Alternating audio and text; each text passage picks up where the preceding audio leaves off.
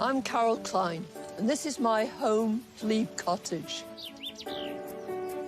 When I'm not presenting or writing about gardening, this is where I spend most of my time, and where I've been honing my horticultural skills for 40 years. Whether you've got a spacious plot, a tiny patio, or a few window boxes, there's nothing more exciting and satisfying than creating your own garden. From basic to more advanced techniques, I believe anyone can learn how to do it. Whether you're a complete novice or an experienced gardener, I want to help you develop the skills to make your garden grow. I'm ready. Are you?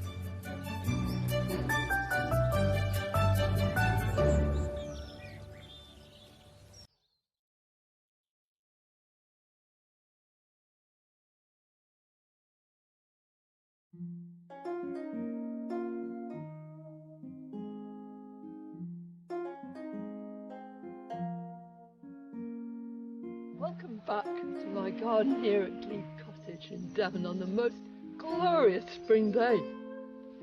I love my whole garden, but at the moment, this little corner sort of personifies everything that happens here. There are masses of snowdrops, not a flower in sight, but all covered in these lovely green seed pods, which eventually will burst and make me more bulbs for next spring. But right now, it's these daffodils that are really at the peak of their performance, utterly beautiful. And although I enjoy the flowers in my garden, just occasionally I like to steal a few and take them indoors. And it won't do the bulbs any harm at all. On the contrary, they won't even try and set seeds, so it just means that the bulbs will build up bigger and stronger for next year.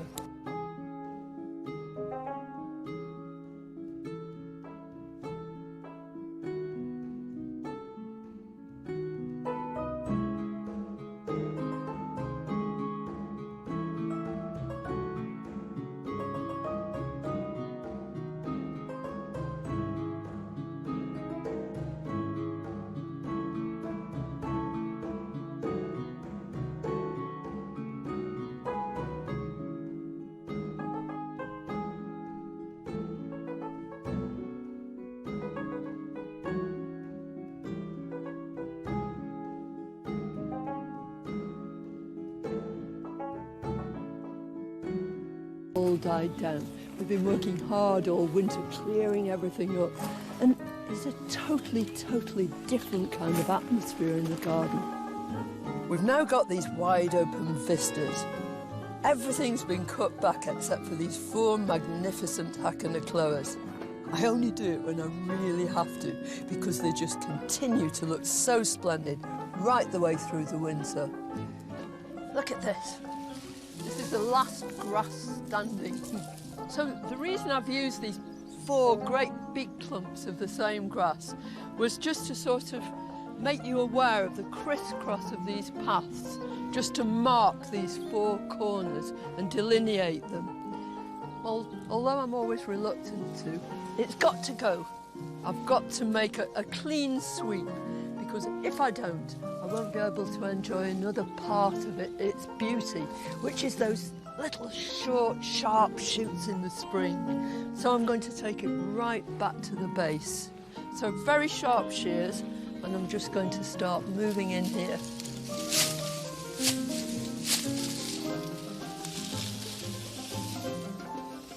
This is quite a job.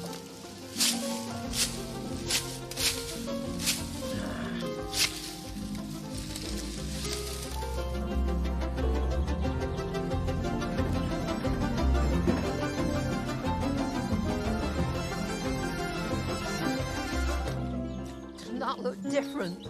I'm really glad I've done it, because that means that when those new shoots start coming through, you'll forget all about what has been and you'll concentrate on what's going to be and just enjoy the whole springness of it.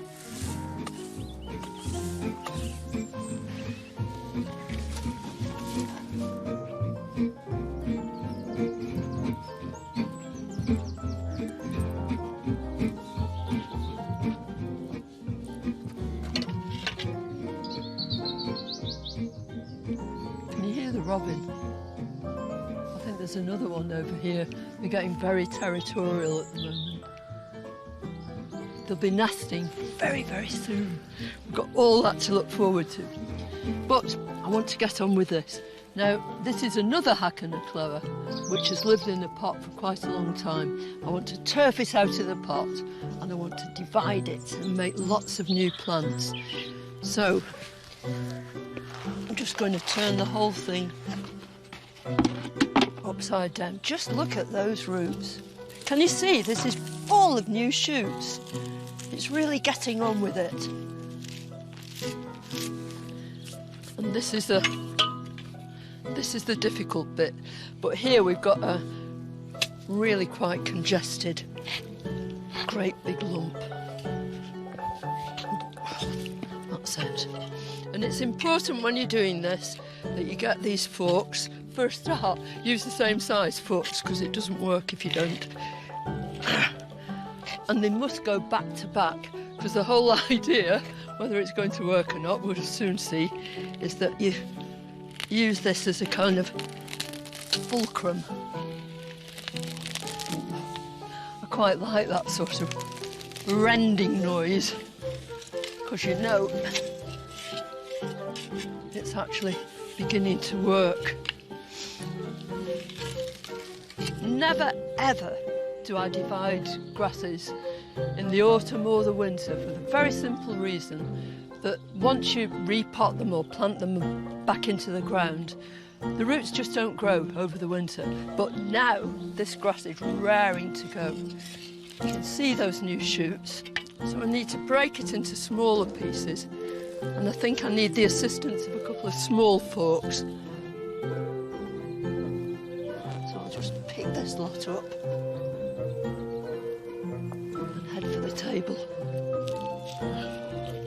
Now, the whole point with dividing anything, any kind of perennial, whether it's a usual herbaceous perennial or a grass, you're going to do several things. For a start, when you've got these new pieces, you can discard anything that's old and tired and really unproductive. And it means that each of these bits is going to be totally reinvigorated, providing I can actually get it apart. I think I can. And then I want to take my secateurs and trim these roots, because I don't want them to be wound round and round in the pot. So these are the bits you're interested in, these bits that are already showing their shoots. So really sharp secateurs you need, and just snip right the way across. And it looks brutal, but what will happen will, that cutting across the root will stimulate all these little tiny feeding roots from that bigger root. So I want a bit of crock in the bottom of the so just a couple of these in the bottom, and then just holding that at the right sort of level, and then put in my compost. This is just my regular potting compost, and that will fill that pot fairly rapidly. I think it's quite nice sometimes when you've got an ornamental grass like this, instead of getting a collection of lots of different ones, just to grow a whole series of the same one and stand them perhaps along the path. Maybe that's what we can do with this later on. Hackana cloves are very, very easy, straightforward grass to grow. It's not a ramper, it won't take over, but it does have a nice, gentle way of moving around.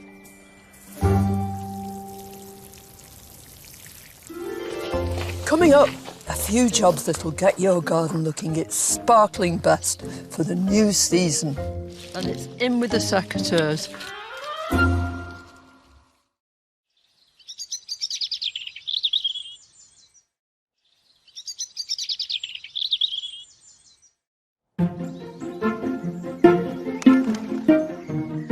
Here at Glebe Cottage, when you feel the warm spring breeze, you can be sure the trees will also be reawakening from their winter slumbers.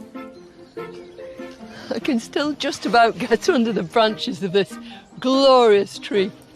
It's Cornus controversa variegata, and You can't have favourites, but it is one of my favourite trees. When I planted it, it was quite small, but over the last 35 years or so, it's just grown and grown and grown. They call this tree the wedding cake tree because of its tiers of growth. You can tell immediately when you see it in silhouette exactly what it is. And when these lovely shoots open up, the foliage is green and white and fresh. This tree, all the year round, it's got something to offer. But I think it's at this time of year, it acts as a kind of signal. It just says, spring's here, look at me, look what I'm doing. All these leaves are going to come out in this joyous celebration of the season.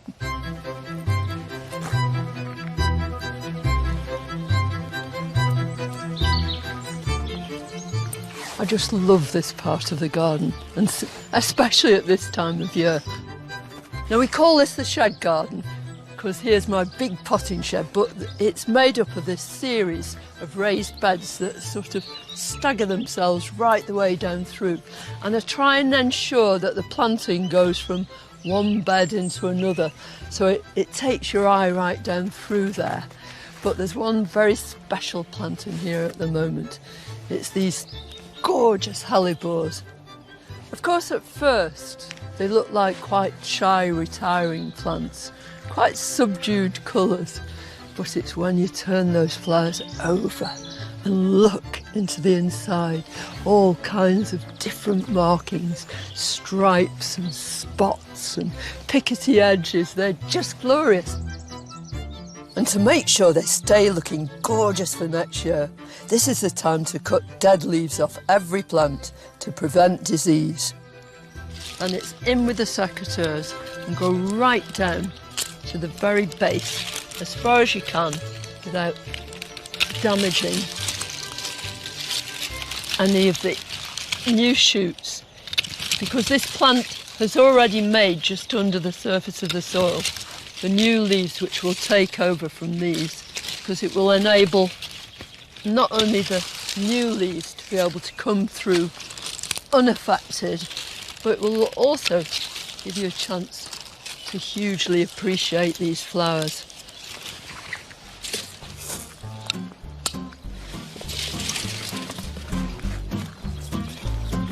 There are so many spring flowering plants that I absolutely love and adore. If there's one plant that sort of typifies the early months of the year, it has to be the pulmonaria. I planted quite a few of this one, which is one of my all-time favourites. It's blue ensign. Blue ensign belongs to a group of pulmonarias called angustifolia, and it has a plain green leaf, but that's very unusual amongst this group of plants, because normally they've got spotty leaves, but the flowers are the thing. The flowers are just so attractive to all kinds of pollinating insects. Cats come to join us. What do you think of this one? This is a lovely pulmonaria called opal. This is it flowering here. It's got flowers that look at first sight white, but in actual fact they're pale blue and they change gradually. They're just exquisite, because the whole idea of the planting in this bed going down is that we carry the planting on right the way down through it, so it sort of wends its way down and takes your eye right down the slope. Woohoo! Going shopping.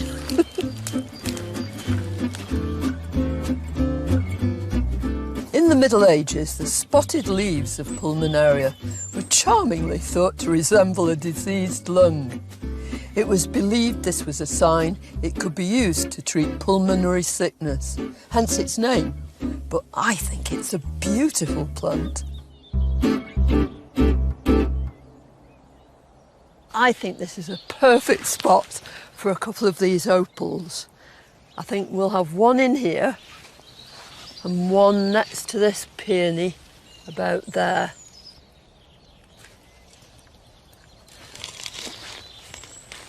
Sounds a bit rooty, doesn't it?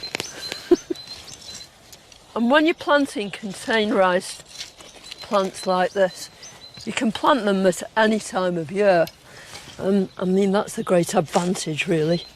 It's a temptation when you've got these very neat kind of roots like this, straight from the garden centre, to just dig it out. Perfect shape, dig a hole the same size and plonk it in. But what's important, is to just tease that root out a little bit. So you're giving it a flying start, because you want those roots to move out into the soil. That looks just about right.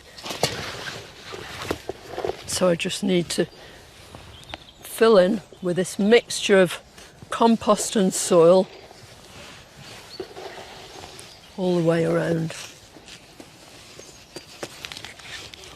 And then make it feel completely at home. Just push in gently. And look, this wood anemone is coming up right beside it, and the two will mingle together as well. How lovely. Where shall I put the next one? I think I ought to put it just about there.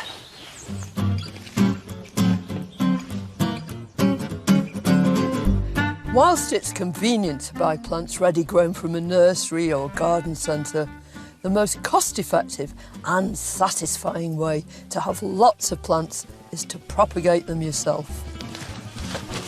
Pulmonarias are just such a wonderful group of plants. They're so diverse, they're long-lived, they're incredibly easy to propagate. You can just divide them, best time is the autumn.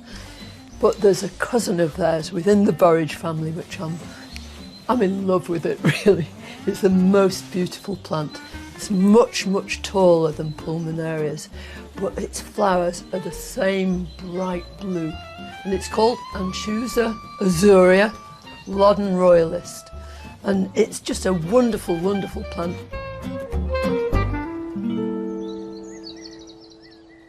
Now you can buy it in pots. I've actually potted some of these up from bare roots.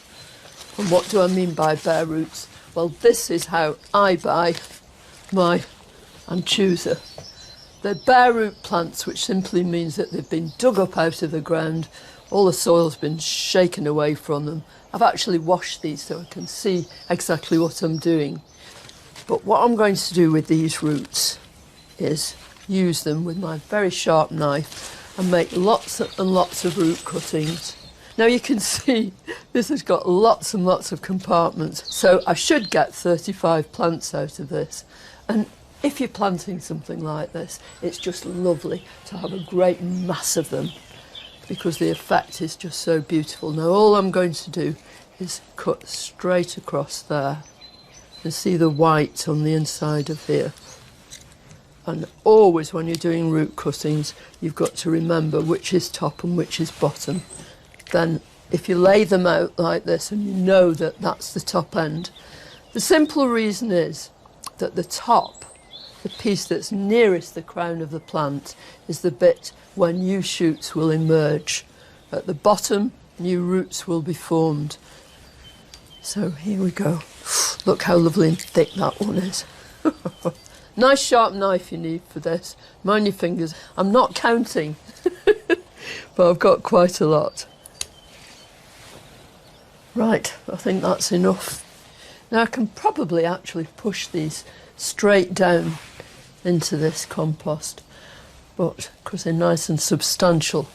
But if not, if you're using something that's a root that's a bit thinner, and it's often a good idea just to use a chopstick or a bit of old cane and push them in. Because you can take root cuttings, these kind of vertical root cuttings of lots of different plants. Oriental poppies is a favourite. Make sure that they're flush with the top. Let's have that one. It's a nice big fat one. So they're going to go to a nice, warm, bright place.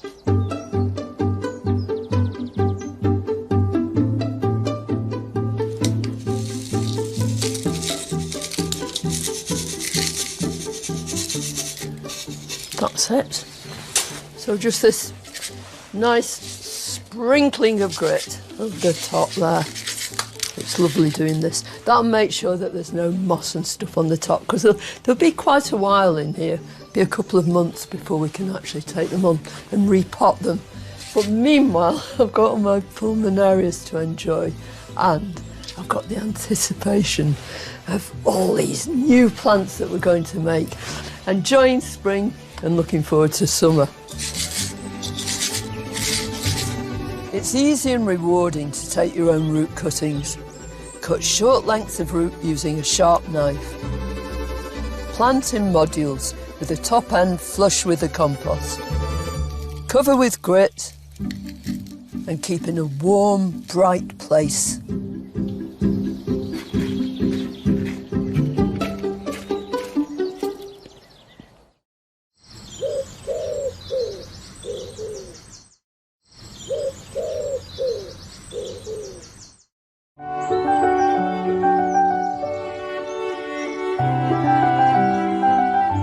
There's an old English proverb that says, no matter how long the winter, spring is sure to follow. But for a while in February, we had our doubts about that, with wild storms following one after the other. The winds took their toll on our landscape. Trees are vital to the whole health of the planet. We all depend upon them. Within our garden, there are lots of trees. But we're also surrounded by trees. There are several of these beech trees all the way down the hill, but the most magnificent of the lot is no longer standing.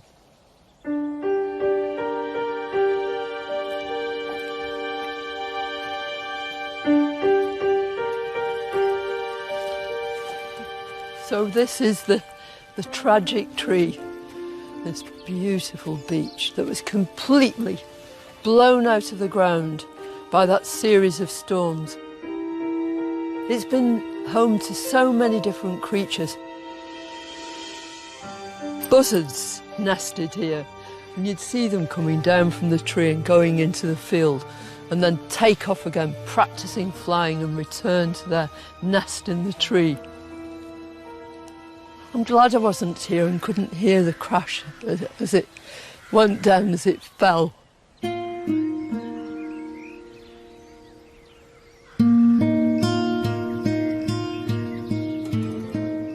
Beech trees are so beautiful, but all trees in the winter, you can really appreciate their shape, their structure. There's a little poem about that. William Carlos Williams. All the complicated details of the attiring and disattiring are completed. A liquid moon moves gently among the long branches. Thus, having prepared their buds against a sure winter, the wise trees stand sleeping in the cold. At least this one will continue to provide a haven for wildlife and other plants. So, in a way, it lives on. The winter winds wreaked havoc in parts of the garden too. This was, at that time, a big hazel, lots of branches, very widespread. But I came down and the storm was actually making the whole thing move, rock backwards and forwards. And all the earth under it was moving too. So I had no alternative. I shouted for help, Neil came rushing down, grabbed a saw, and I cut all these branches off, because I immediately had to reduce the weight of the thing. As a consequence, I've got all its branches. They'll have another purpose for pea sticks, for growing my peas and all those other things up there. They can clamber up them. But look, thank goodness, this fritillary survived. So pretty, isn't it? Hazel sticks make a lovely natural scaffolding up which to grow peas or indeed any sort of climbing plant. Leaving some of the smaller twigs on gives young plants extra support to cling to. These bits are going to be ideal. Anything that can get recycled just makes the whole garden more sustainable.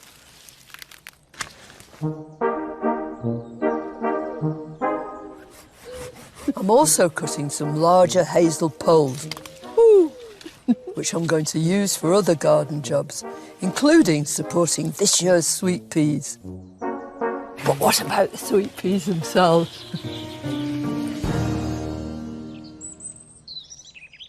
It's a lot warmer in here, isn't it? And as soon as you come through the door, this wonderful scent. It's the most beautiful fragrance from these hyacinths. But what I want to do is sow something else that's quite scented too, beautiful scent that will take over from these in the summer, and that is sweet peas. Now I could sow these directly into the ground, but it's not all that warm yet, and it's a much better idea to start them off in modules, and I'm just pushing each seed down. Now, very often when I'm sowing seed, I'll just sow it on the surface and I'll cover it just with a layer of grit. But with big seeds, like sweet peas, then you can station sow. In other words, you can see exactly where you're placing your seed and you're sowing it singly. And that's exactly what I'm doing here. So I'm pushing it down a little bit so it will have a little bit of compost over the top of it too. And as I'm doing this, I'm imagining these little green shoots sprouting up and then putting them outside at the foot of my canes. Later on, as they grow up, tying them in and then picking the very, very first flowers and that beautiful fragrance wafting on the summer breeze. So I'm just pinching the compost across over the top of these seeds so that they're hardly buried, but just under the surface of the compost. So I just want a little layer of grit. Make sure these seedlings won't rot as they start to come up. Well, normally I'd water these, but I'm not going to water them because I soaked the soil before they went in and I don't want them to be too wet. So over onto this shelf over here. Back along in the autumn, I sowed some in modules, put them into little pots when they'd grown on a bit. And as you can see, they've overgrown and they've made all these different shoots right the way around. But what I'm going to do is remove most of them and leave these strong little shoots in the centre, because if you've got masses and masses, it will mean that the flowers that are produced are smaller. There'll be lots more of them, but there'll be little.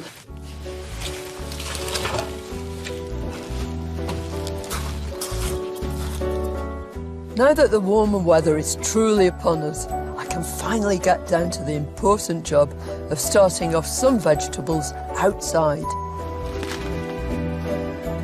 In the main garden, I've got these two lovely great big veg plots, but I wanted to do an experiment and just use this trough to see exactly how much vegetables we can grow in a sort of limited space, so things can be closer together than they would be in a normal garden, because the soil is very fertile, you're not walking on it at all, and it means you can really get lots and lots of produce out of quite a small space. But I want to start off by, because it's looking a bit bleak and bare, by putting in some of this chard, and now I'm going to put them in.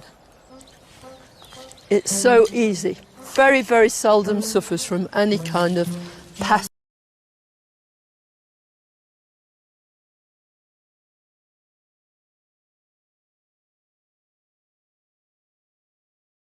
Trowel here. Look at this lovely compost. Oh, it's so gorgeous.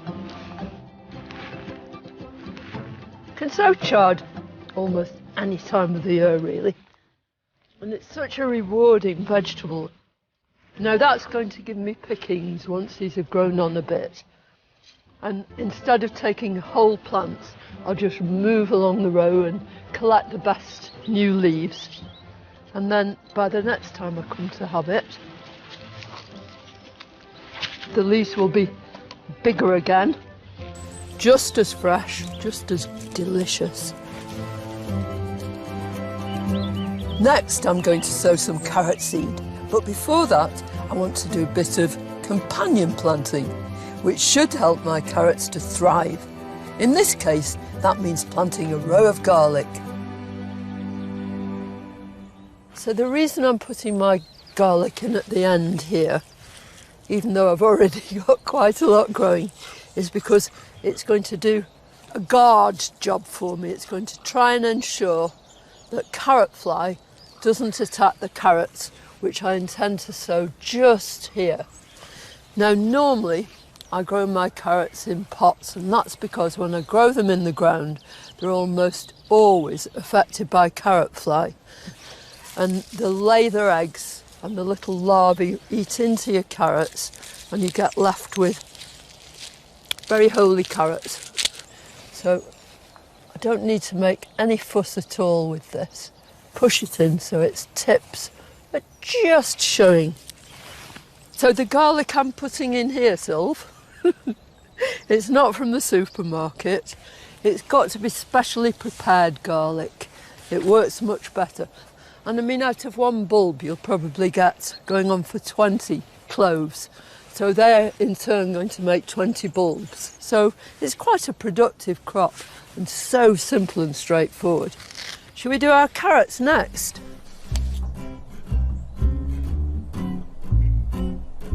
What I want to do is remove some of this compost from the top. And I want to mix some sand, because they love light sandy soil. Obviously any root crops prefer that kind of soil, because then they can make these nice long roots. So this is proper washed sand, so it's horticultural sand. Not that the carrots know any different, but it hasn't got anything that's going to stop them growing. And I'm just going to put this in, and then I'm going to mix it up with my hands. I'll just delineate these two bits. So garlic on the end and carrots here. I'm just going to tip a bit of this carrot seed onto here. And better to have too little and come back for more than have too much. Because if you've got too much, it's very tempting just to sow the lot, and I don't want to do that. I don't want it to be too thick. Don't walk on the seed bed. Oh, all right. Thank you very much. Perfect. Probably just the right depth, that Sil. So I'm going to sow as far as I can reach here. And if I keep my hand just a few inches above the level of the soil, then you don't get these clumps of seed. And then, instead of pouring this compost back over here, because it's a bit dense and solid, and I just want the finest layer, so I'm going to use some of our potting compost, and it's nice and dry. So I can no longer see the sand here, which means there's a sort of, I don't know, tiny skinny layer right on top of the seed. It should germinate really, really well. And what's more, between the garlic and the fact that this is a great big raised bed, we shouldn't have any problems with carrot fly. I admit that this trough is a whopper, but growing veg in any good sized container or raised bed allows you to optimise your plant's growing conditions, meaning you can pack in much more veg than you might do in a conventional veg patch.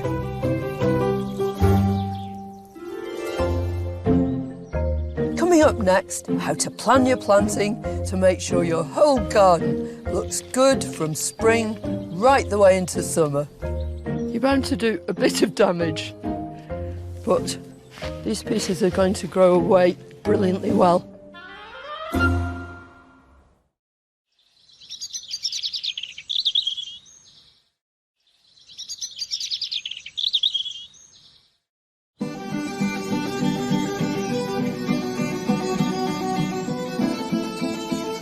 On a day like this, all you want to do is be out here and be doing things. Don't you agree, Sylv? It is lovely, isn't it? I've been waiting for a sunny day to give this part of the garden a bit of a boost, to ensure that later on in the season it's a riot of colour. Also, it's the perfect time for moving things about, for planting new plants, everything going to get off to a flying start. Well, it's the perfect day for doing this bed, which is the first one you come to when you come down from the cottage onto the terrace and into the brick garden. And it forms the background if you're at the base of the garden here and looking up towards the cottage too. I've tried in here to have these swathes of plants right the way down the garden, but I had plants in here, these huge, great big carex. It's Bowles golden sedge, absolutely beautiful plant, but it just took over. And instead of following this sort of willowy line, it just made itself into a great big block here. So I've taken all of that out and it's all gone down into the sort of boggy bit at the base of the garden over there, where it's absolutely the perfect plant. But it means I've got this inspiration now because I've got this space. With the carex gone, I've got an opportunity to use other plants to weave in new swathes of texture and colour. As I'm looking here, I'm seeing all sorts of possibilities. There are loads of things that I want to split, divide and bring right the way across this bed. There's Iris pseudochorus variegatus here. It's a wonderful sort of golden green variegated version of our native yellow flag. It's got far too congested here, and now's the time to divide it up so I can spread its beauty further afield. It's really important to sort of spread my enormous weight by using a plank so that I'm not really squashing the soil and compressing it, because that really kills off lots of the microorganisms that are in there.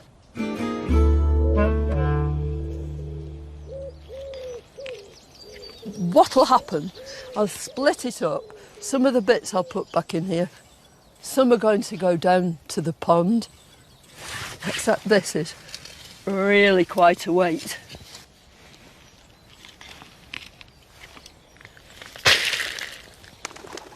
That's shaken a bit more of the soil off it too. Can you see now these separate rhizomes here? I think when you're doing things like this sometimes, you're bound to do a bit of damage. But providing you've got a whole rhizome and some of those new shoots at the end of it, these pieces are going to grow away brilliantly well. What's more, I'll be able to plant each piece exactly where I want it and create a stronger, curvy line of colour right through the bed. The idea is that you push these forks together, but in this case, I've just got to use them to lever this plump apart.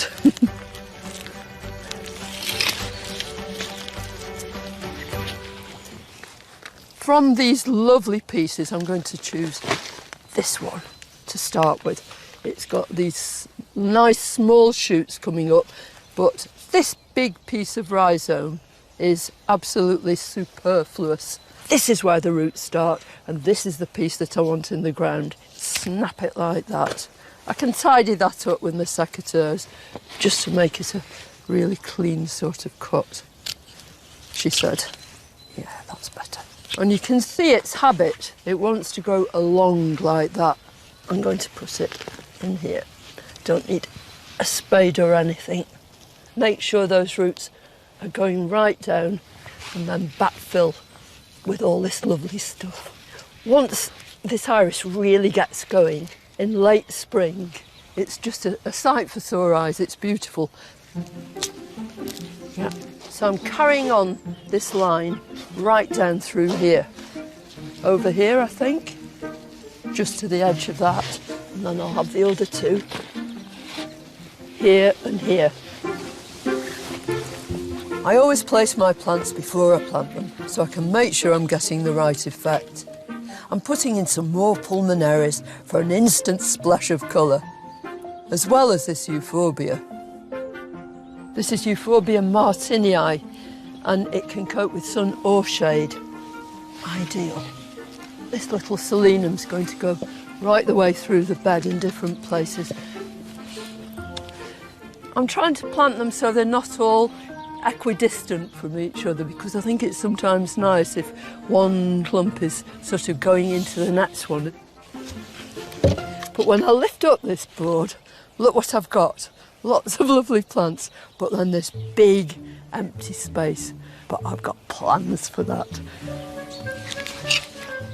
Thanks, Fifi. Fifi's been guarding these great big long hazel poles because I'm going to use them in this part of the garden. I want to have some height.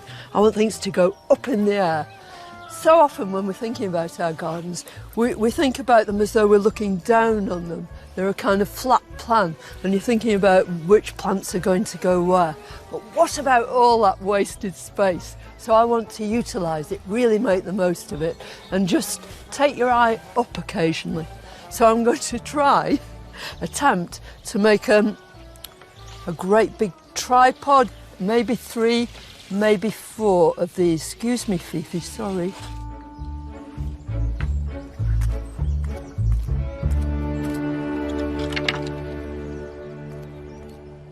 So I've got my great big hazel stakes in, and all I need to do now is tie them together.